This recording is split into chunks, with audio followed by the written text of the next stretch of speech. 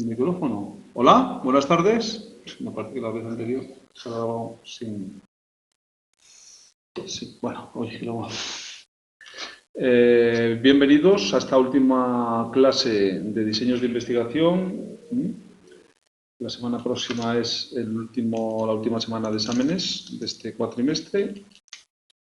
Y vamos a, como pone el plan tutorial, vamos a repasar la materia pues siguiendo el examen este y otros que tenemos, pero vamos a empezar por este, a ver si nos da tiempo también a mirar alguno más, el que se hizo la semana pasada.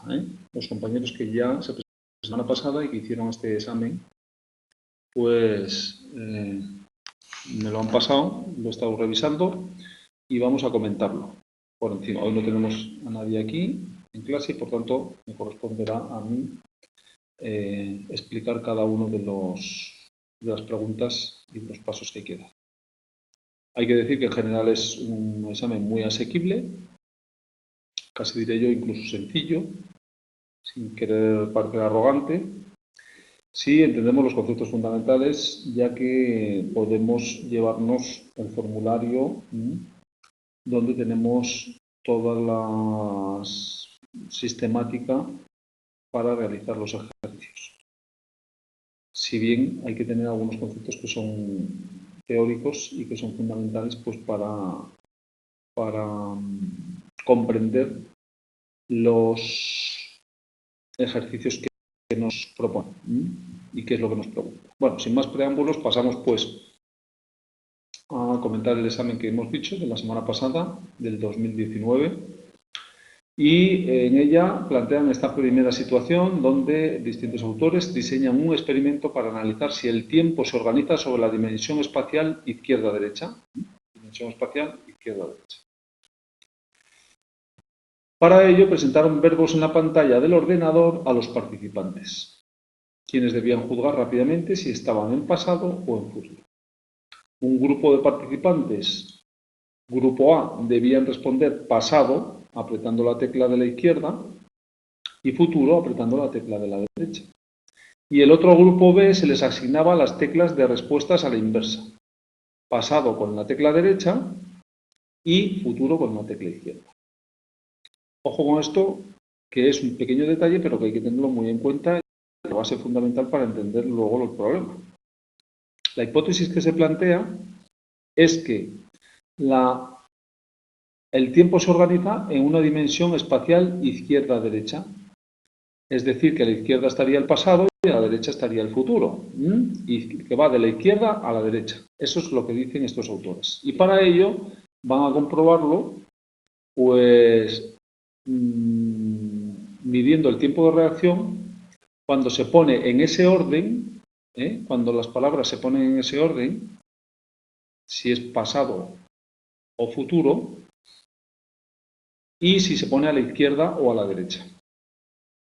Bien, al grupo A, según esta situación, se le ponían, debían juzgar si estaban en pasado o en futuro, pero con la tecla del pasado a la izquierda, que era lo que se plantea, la tecla del pasado a la izquierda y la tecla del futuro a la derecha, que es lo que plantean como hipótesis los investigadores, que es esa distribución espacial del tiempo. Sin embargo, en el grupo B se lo ponían al revés. El futuro se lo ponían a la izquierda y el pasado se lo ponían en la tecla derecha. Tenían que apretar la tecla derecha. Con lo cual, se supone que no era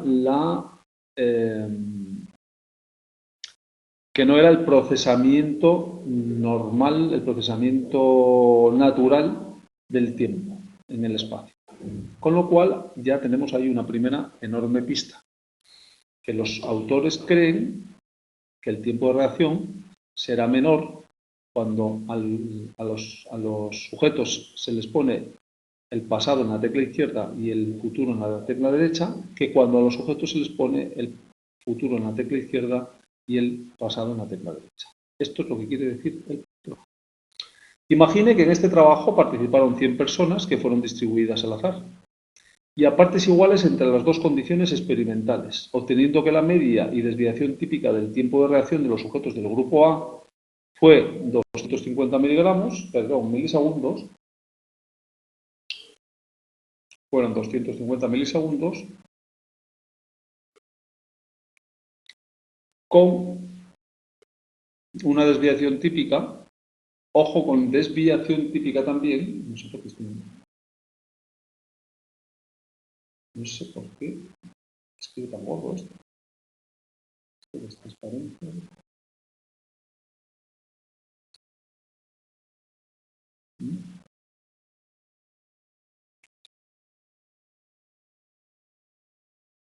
A ver si escribe un poco más fino. Bueno, no, igual luego, ¿por qué? No entiendo esto. ¿Por qué? Igual luego, no sé si le he dado al...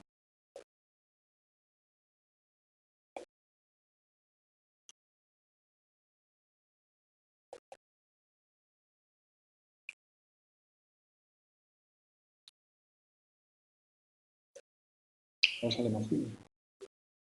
Si esto lo borro y le voy a pintar, sale gordo otra vez. Venga. En resumidas cuentas, que cada vez que pintas, si quieres fino, tienes que variar. Entonces es 250. A ver si sale gordo. Sale aquí. Sale gordo, no puede ser de otra manera. Pero yo soy más cabezón que la máquina. Y por tanto el trazo lo voy a poner. El trazo lo voy a poner y me pone en un sitio igual.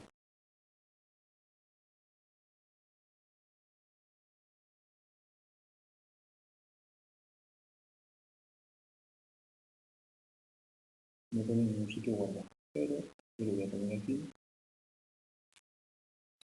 Y ahora vamos a hacer una línea recta. ¿Ves? Qué bien. Ahí tenemos 250 milisegundos y 30 de media y 30 de desviación típica en el grupo A. Ahí estamos.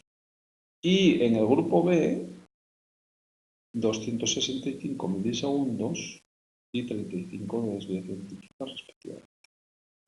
Cuidado, que hay que fijarse mucho en que nos dan la desviación típica. Bien, en este trabajo se utiliza un diseño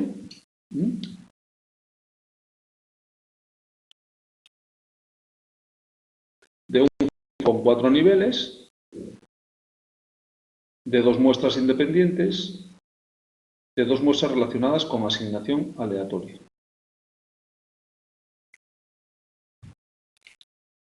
Un factor con 4 niveles no hay, porque solamente está el grupo A y el grupo B. En todo caso sería un factor con 2 niveles, que es exactamente lo mismo que 2 muestras independientes, porque no son 2 muestras relacionadas. Hay que tener en cuenta que la muestra son 100 personas, la mitad de ellas van al grupo A y la otra mitad van al grupo B.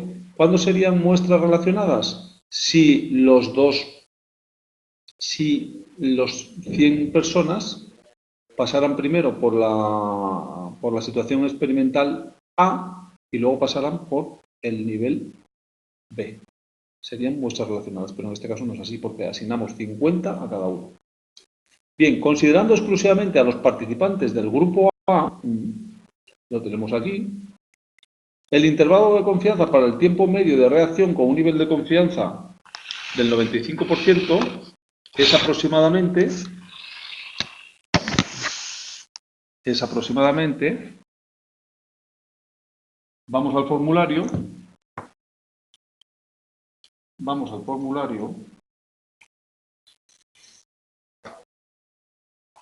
y buscamos el intervalo de confianza de una sola muestra, porque está hablando solo del grupo A. El intervalo de confianza, vamos a ver una sola muestra. Aquí tenemos la página 9 del formulario. Y tenemos el intervalo de confianza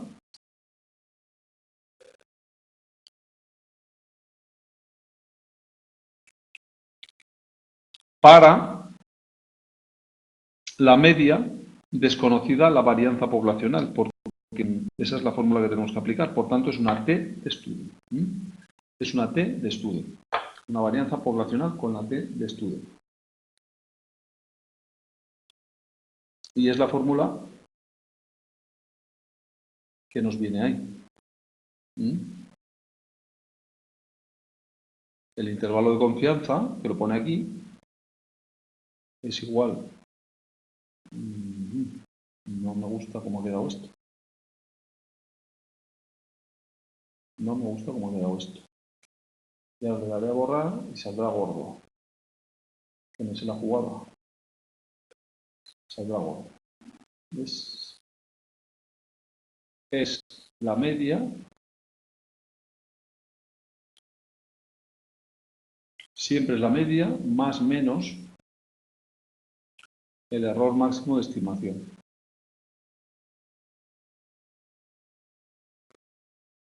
Máximo de estimación. Bien. Ahora bien, ¿cuál es el error máximo de estimación?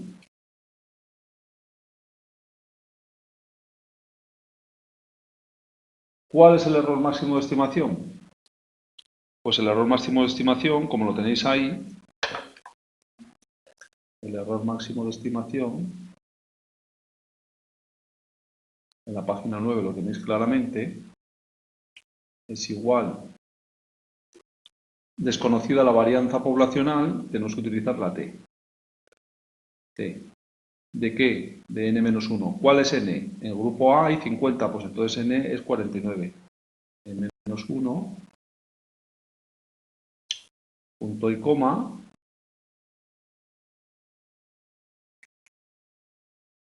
por la desviación típica de las medias. El error típico de la media. El error típico de la media, que es esto. Si utilizamos la i, pues ponemos la i. El error típico de la media.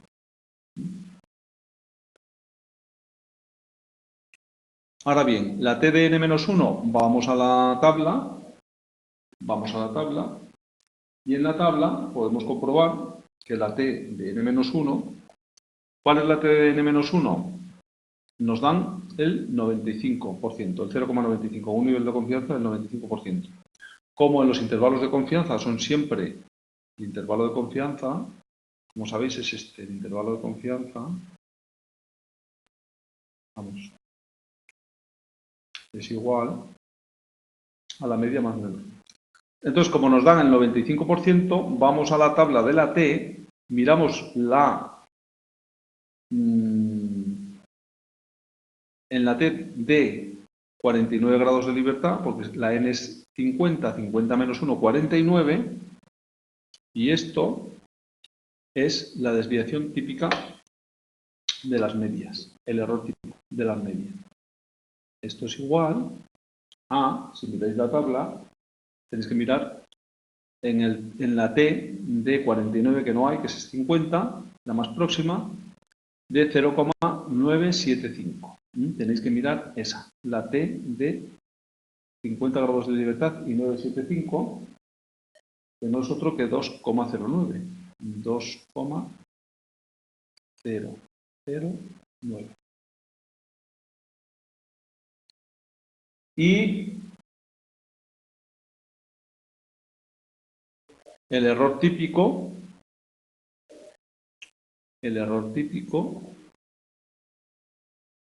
de la media,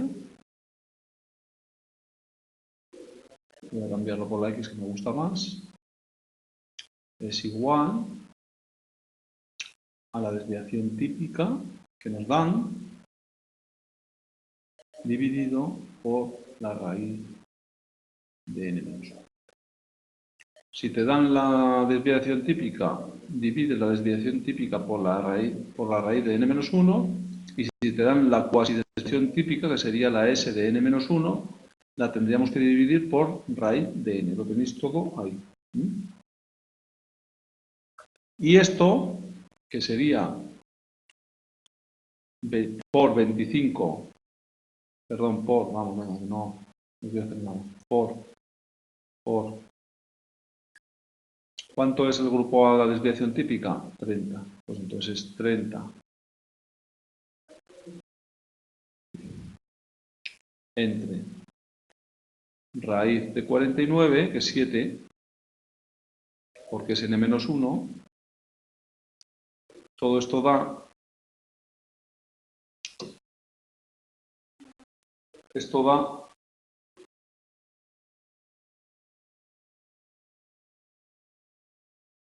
8,611.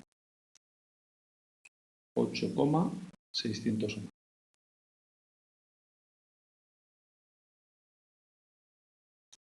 Y este 8,611 hay que sumárselo a 250. Sería, el intervalo de confianza sería 250. Perdón, me he equivocado. No me va a dejar borrar. Venga. 250. Lo he borrado, ¿eh? 250.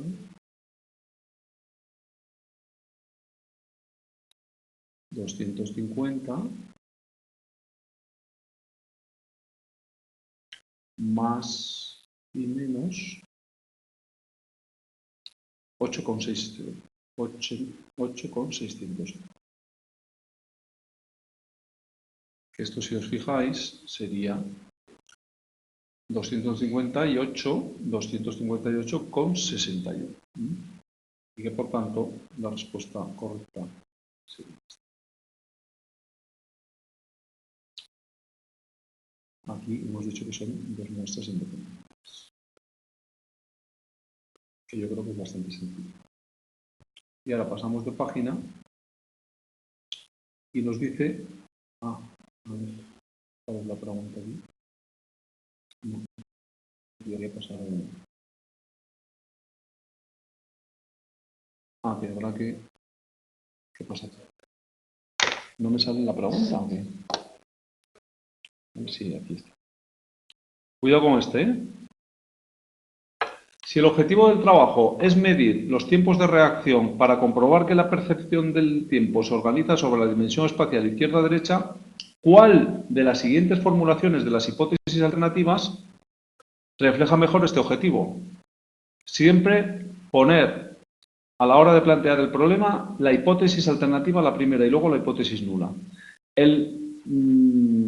Desde mi punto de vista, el investigador, ¿qué quiere demostrar?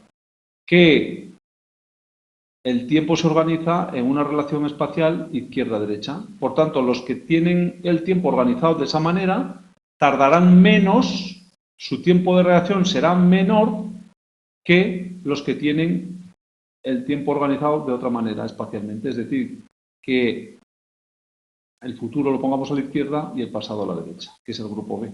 Por tanto, la hipótesis la hipótesis alternativa sería esta,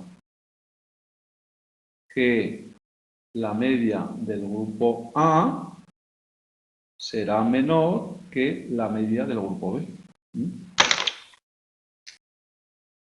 Este es el tema. El estadístico de contraste de la hipótesis de igualdad de varianzas de los tiempos de reacción de los dos grupos de participantes y su nivel crítico aproximadamente valen, cuidado con esta pregunta, con este tipo de preguntas, porque son extremadamente sencillas y se nos puede complicar, porque aquí habla de dos preguntas. Una, ¿cuál es el estadístico de contraste? Pero también, ¿cuál es su nivel crítico? Entonces, el estadístico de contraste, como sabéis, es la F de Snedeker para igualdad de varianzas, que lo tendremos... Hola, Mila. Hola. ¿Qué tal? Solico, aquí hablándome solo. En la página 10 tenemos el estadístico de contraste para dos varianzas para ver si son iguales o no son iguales. Y el estadístico de contraste, lo voy a poner aquí, el estadístico de F de Snedeker, en la página 10 lo tenéis, es igual a la varianza del 1, que en realidad no es la varianza, que es la cuasivarianza, cuidado con esto, dividido entre la cuasivarianza del 2. Este es el 1 y este es el 2. Al cuadrado y este es el 2. Cuidado con esto, ¿por qué? Porque lo primero que queremos hacer es dividir la cuasivarianza. Primero, ¿qué tenemos que hacer? Tenemos la varianza tenemos la varianza. ¿Cómo convertimos la varianza en cuasivarianza? Pues es muy sencillo. Es muy sencillo. La relación de la varianza con la cuasivarianza, lo voy a poner aquí, por no ocupar, es que como tenemos la varianza, vamos a ver cómo podemos sacar la cuasivarianza. Entonces, la cuasivarianza, ese cuadrado de n-1, es igual a, lo tenéis en la página 9, abajo a la derecha. Simplemente tenéis que despejar. Es igual a la varianza por n dividido entre n-1. Y la varianza, o sea, y n es 50, acordaos, y n-1 es 49. Con lo cual, en el grupo A tendríamos 30 al cuadrado, que son 900, ¿no? 30 al cuadrado, acordaos que era 30, la desviación típica al cuadrado es 900. Eso es. Por 50 y dividido entre 41, que es n-1. 41. Esto nos da 30. Bueno, eso dicho así, la varianza nos da, la cuasivarianza nos da 918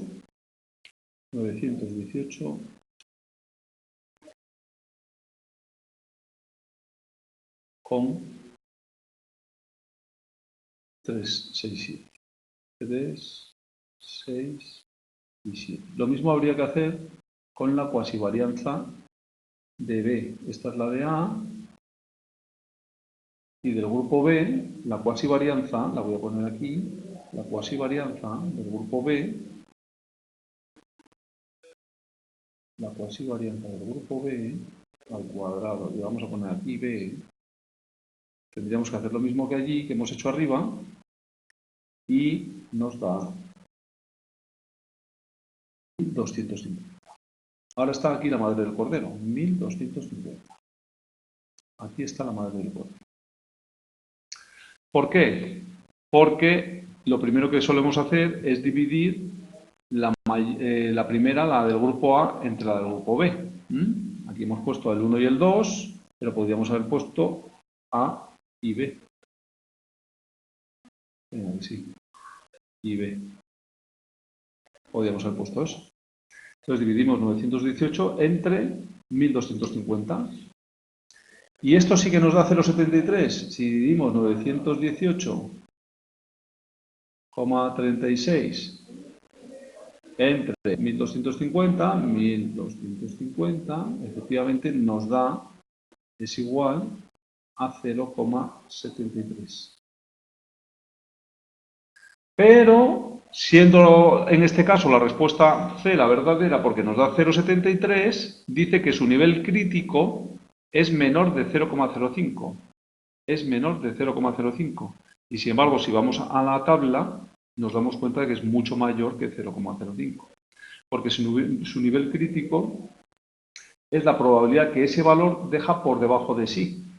Y no es menor de 0,05, es bastante mayor de 0,05. Por tanto, esta, así dicha, está bien a medias. ¿Qué es lo que hay que hacer en este caso? ¿O qué? Pues darle la vuelta a la fórmula. Es decir, es lo mismo dividir la cuasivarianza de B entre la cuasivarianza de A, que sería la F, sería la cuasivarianza de B dividido entre la cuasivarianza de A, que es 1250 entre 918 y pico. 918. Coma, yo qué sé, porque te sirve, si no te borra. ¿Por qué te vas si no te borra? Coma 36. Esto nos da, efectivamente, la otra solución, que es 1,36. Esto nos da 1,36. 1,36.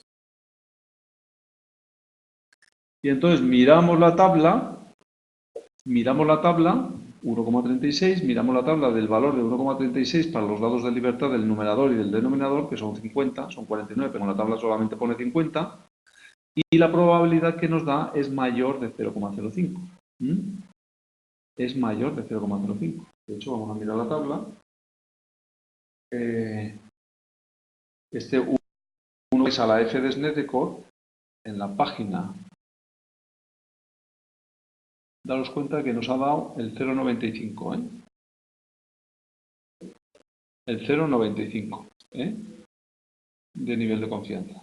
Pues vamos al 0,95 de la F de Snedecor con 50 grados de libertad para un lado y 50 grados de libertad para el otro. En realidad no son 50, son 60.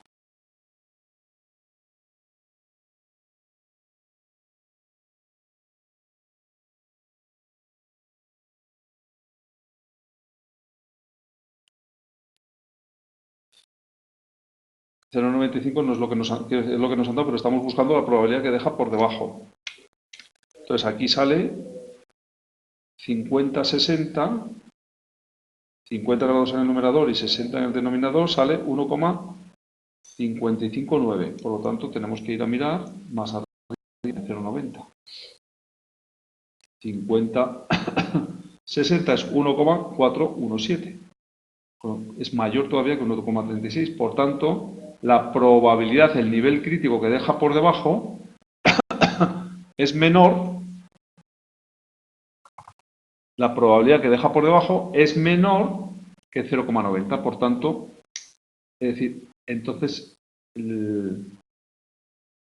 la probabilidad que deja por debajo es mayor de 0,90 y por tanto la que deja por encima, que es el nivel crítico, es mayor de 0,05. ¿Vale? Yo creo que se entiende. Considerando la situación 1, vamos a ir un poco más deprisa a ver si nos da tiempo algo más, porque voy muy lento. La distribución muestral del estadístico de contraste que debe aplicar para contrastar si el tiempo medio se organiza sobre la dimensión espacial izquierda-derecha. ¿Cuál es la distribución muestral del estadístico de contraste que debe aplicar para contrastar si el tiempo medio se organiza según la dimensión izquierda-derecha? Vamos a ver qué alternativas nos dan.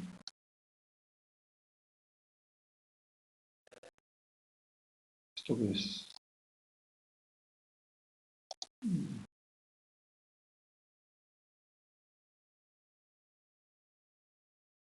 Esta es la 5. Bueno, pues ahora vamos a subir esto para arriba, si es que nos deja subirlo. No nos deja. Vamos a ver si nos deja. Y pasamos de página. Aquí está. Entonces, hemos dicho que... Cuidado con la preguntita, que es muy sencilla. Vamos, que te paso para atrás, tira para atrás. Madre del amor hermoso, qué lento es esto. La pregunta es, bajamos para abajo, a la 5. No os preocupéis que esto pronto o tarde andará.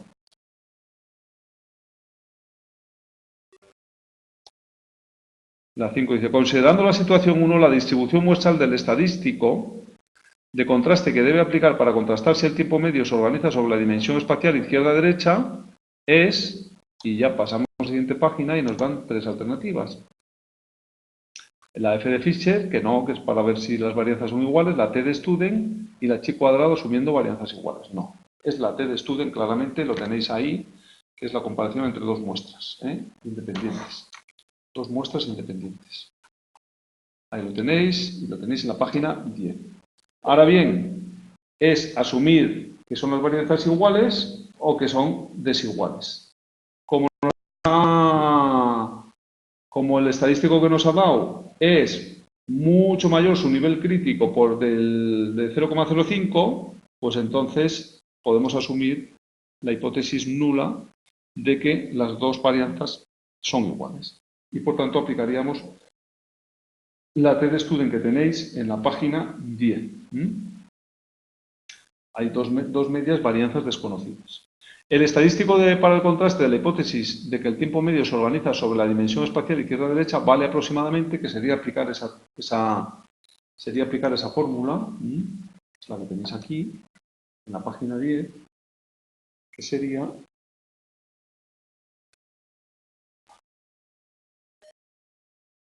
la T de la...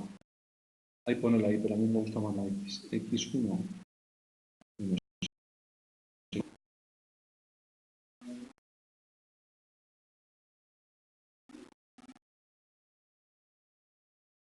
dividido, lo voy a simplificar, por la desviación típica, el error típico de la diferencia de medias.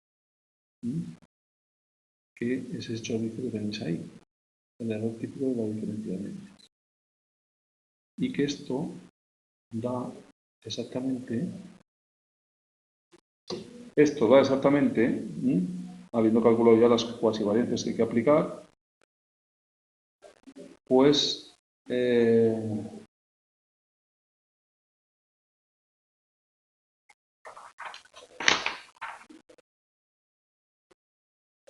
menos 1,82 es igual a menos 1,82.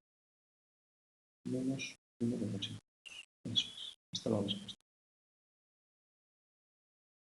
Esta es la respuesta.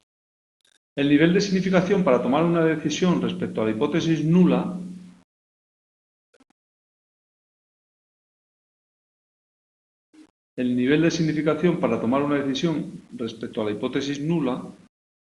pues tenemos que ir a la...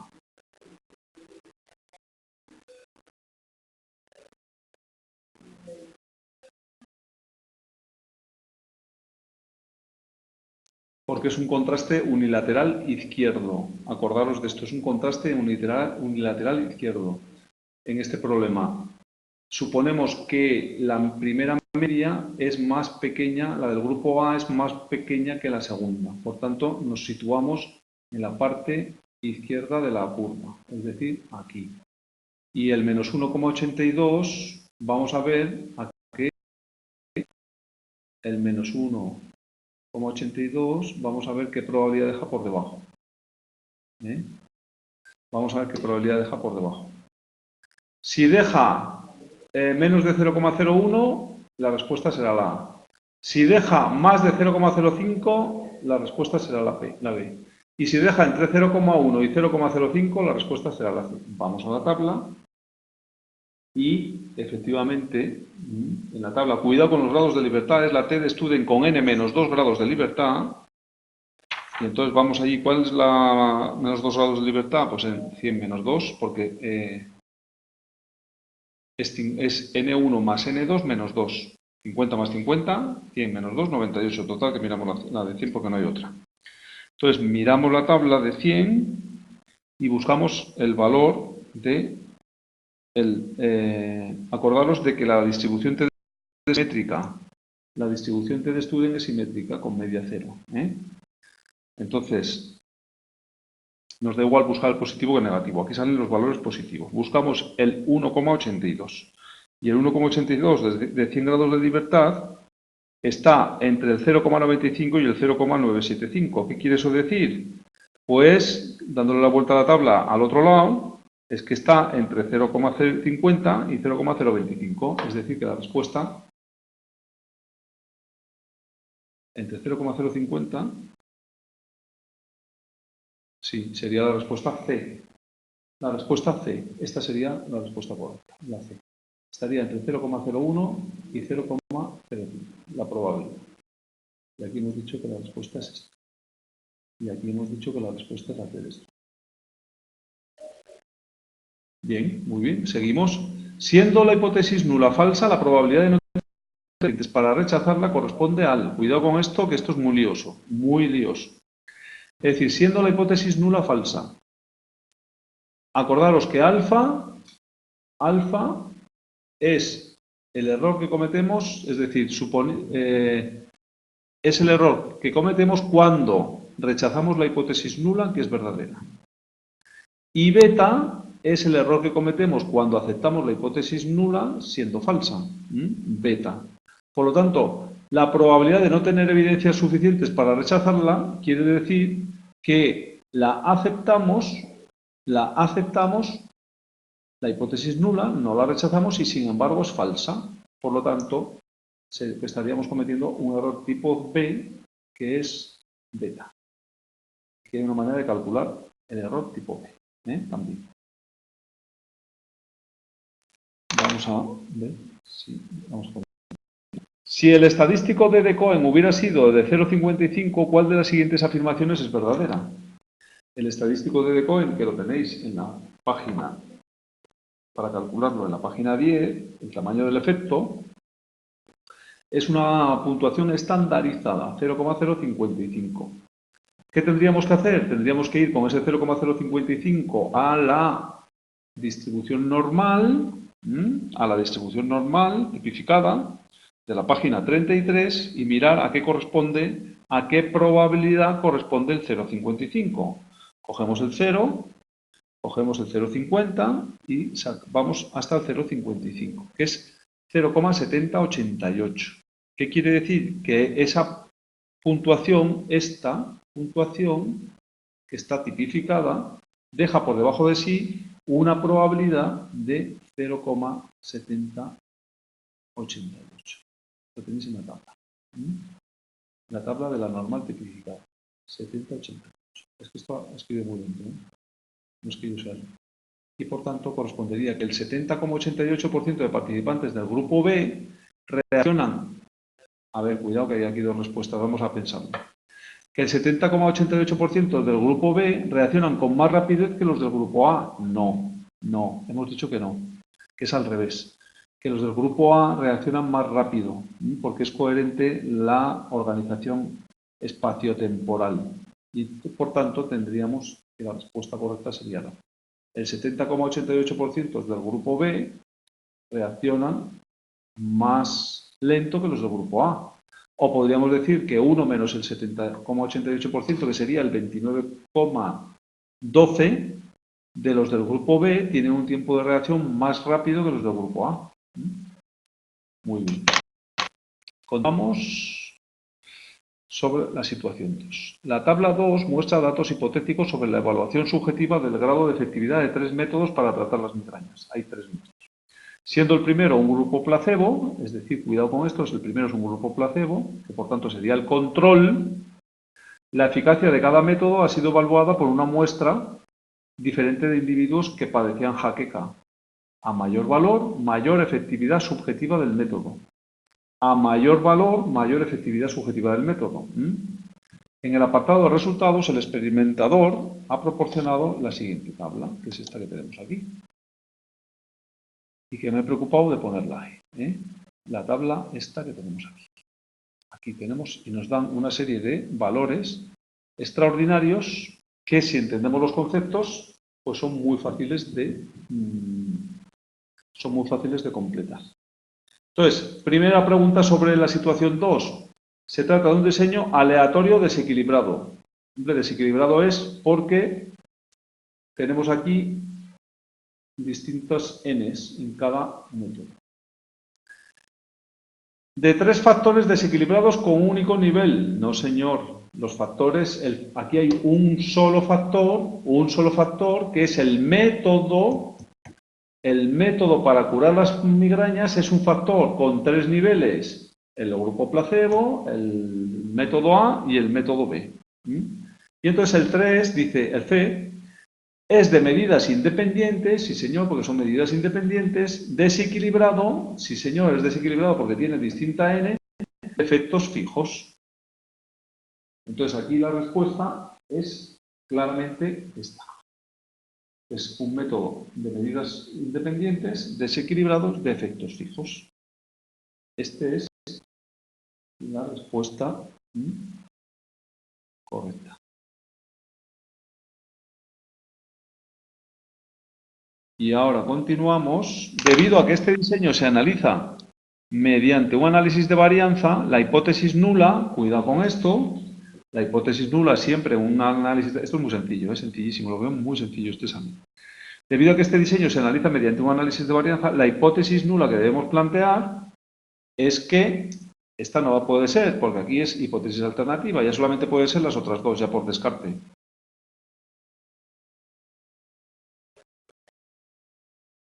Esto no sé qué ha pasado aquí. ¿Me he puesto mal o no?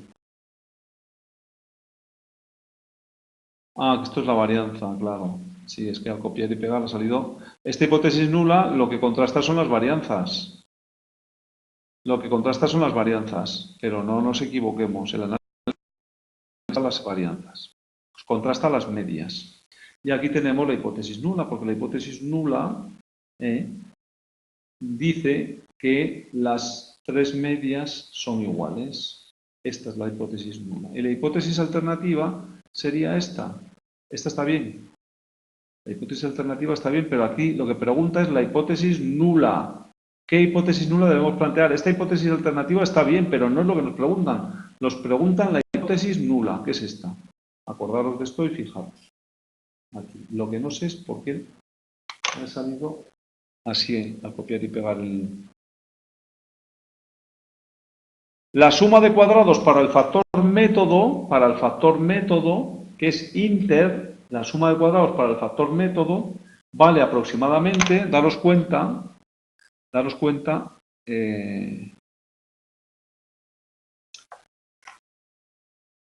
que se puede hacer una tabla del análisis de varianza, de tal manera que tendríamos el factor de variación, acordaros, el factor de variación, tendríamos la suma de cuadrados, y así deberíamos poner la suma de cuadrados, los grados de libertad. Fijaros que siempre las tablas de la ANOVA son así. La media cuadrática de los distintos fuente de variación, y la F, que es el estadístico de contraste, la F de Fisher-Snedek. Y esto podríamos completarlo de la siguiente manera. Nos dan la F. ¿Os dais cuenta? Aquí nos dan la F, que es 8,729. 8,729. ¿Qué más nos dan? Nada. La fuente de variación inter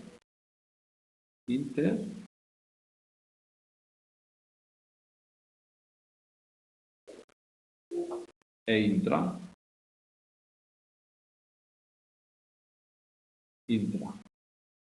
Esto es más difícil de lo que parece escribir aquí. Muy bien. Entonces, ¿qué nos dan? Que los grados de libertad inter es 2 y 20. ¿Sí o no? Y 20. Muy bien.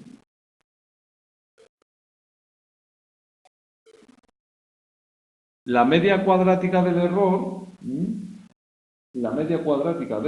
que es lo mismo que la media cuadrática intra, cuidado con esto, el error es lo mismo que la media cuadrática intra, que también podríamos haber puesto ahí la media cuadrática del error.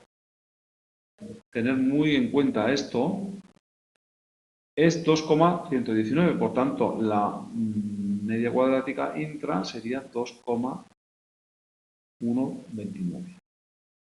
Y completando la tabla, fuentes de variación, la suma de cuadrados, los grados de libertad. ¿Qué nos preguntan? La suma de cuadrados. La suma de cuadrados es el factor método.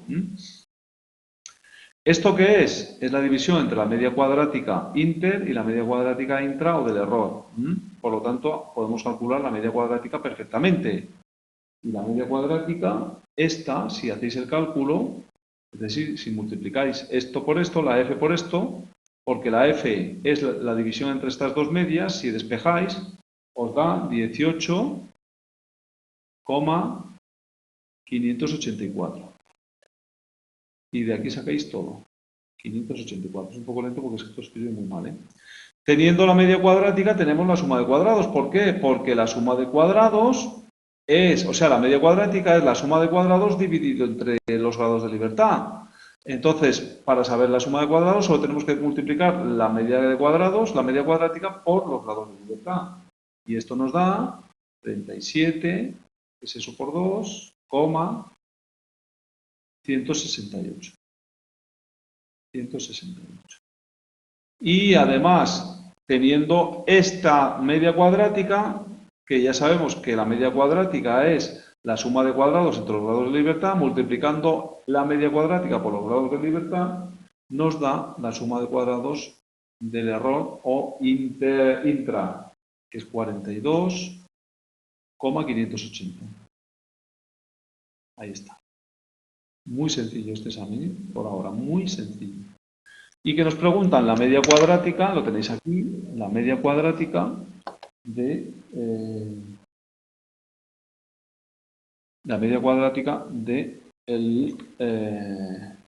factor método. ¿Cuál es la fuente de variación? Intermétodos. Y, por tanto, de estas tres, por los decimales, que es muy poca la diferencia, es la respuesta B. Lo que no sé es por qué me la ha puesto así, cuando yo la puse uno encima de otro.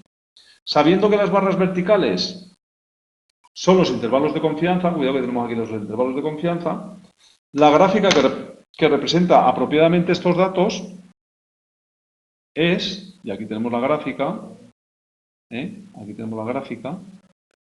voy a quitar esto, aunque no hacía mucha falta, pero bueno, lo voy a quitar, y vamos a ver la gráfica. Fijaros que tenemos aquí el método 1, ¿cuánto vale? Entre 3,138 y 5,062. No está, porque se pone por debajo del 2. Aquí tampoco es el método 1, no puede ser. Por lo tanto, solamente puede ser este. Vamos a comprobar el método 2, que es este, que está entre 5,049, si miramos aquí, 5,49 y 7 y pico, efectivamente. Entonces, la respuesta correcta es la C, claramente. La respuesta correcta es la C, claramente. Y pasamos a la siguiente pregunta para terminar. ¿Cuál es la siguiente? Es una lástima porque no da tiempo más, pero bueno, lo tengo todo preparado, todo el examen. El nivel crítico de la F obtenida está, acordaros que la F obtenida que nos han dado es 8,7,29. ¿Cuántos grados de libertad en el numerador y cuántos grados de libertad en el denominador? 220. Vamos a la tabla F de Fisher. Vamos a la tabla F de Fisher. Con un nivel de libertad creo que nos han puesto... Bueno, en realidad nos piden el nivel crítico. Vamos a ver qué nivel crítico. Es 8, hemos dicho, 8,729. Entonces vamos a 220, 2 grados de libertad y 20, que sí que tenemos los dos, y buscamos en las distintas tablas. Y resulta que 220 es en la 0,99, da 5,849, no llega a 8, con lo cual la probabilidad es todavía menor de 0,01. Vamos a 0,005, es decir, 220 en la página 40, 2 grados de libertad en el numerador y 20 en el denominador, nos da 6,986, por lo tanto es menor. ¿Cuál es la F obtenida? ¿El nivel crítico? Pues está entre 0, no, esta no es inferior, sí, es inferior, no está entre 0,1 y 0,25. Bueno, y aquí lo dejamos porque no da tiempo para más. Muchas gracias por su atención, ha sido un placer estudiar con vosotros estas asignaturas y poder explicarlas. Y espero que tengáis suerte y que os haya servido de alguna manera lo que hemos ido repasando en estas tutorías. Gracias, suerte y al toro.